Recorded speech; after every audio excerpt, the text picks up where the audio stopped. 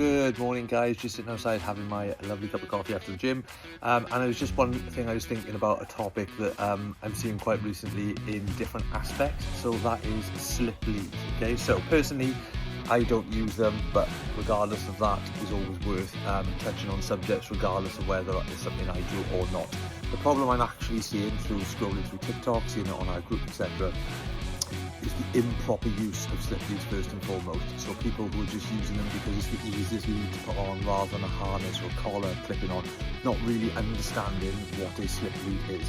So if you are using a slip lead, it is to apply pressure to the throat and neck, being able to stop that dog pulling, etc. Okay, what I'm seeing is people are putting them on puppies which are way too young. You definitely shouldn't be using it below the age of 6 months because they're not strong enough to really overpower you, which doesn't require a slip lead.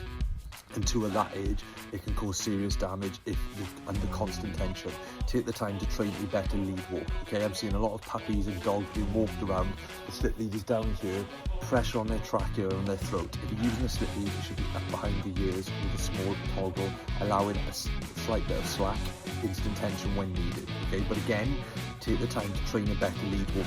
Harness, front clip, collar, get a double-ended lead, clip to underneath the collar and the front clip. Do a bit of practice in your garden, absolute game changer.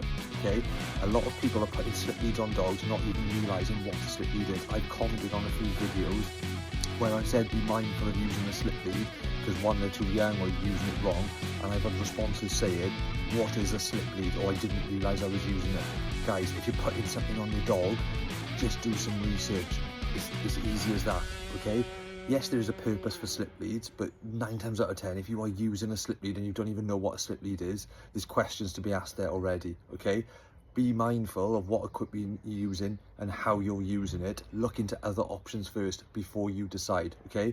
Again, I see people putting a slip lead on because it's the easiest route from the house to the car without putting their equipment on. Yes, and it probably is. What you've got to be mindful of, though, is the dog. If the dog is pulling towards the car and they are under pressure, that is not a comfortable feeling from them. So what you run the risk of then is the car or going out then becoming a negative because they think they're going to get strangled. There's loads of mitigating factors with just chucking a slip lead on for ease. Okay, so just be mindful of that, guys. Okay, I'll always try and keep it topical. Whenever we see issues arise or something that I'm starting to see become pertinent, I'll try and jump on it in these videos. Okay, if you're watching this on TikTok, Instagram, YouTube, whatever, come over and join us at Staffie Training Help. Fantastic community, over 13,000 people, like-minded owners, blah blah blah, like I say on all my videos. Okay, but come and join us. It is the place to be if you have a Staffie or a bull breed. Okay, but just be mindful, equipment is important.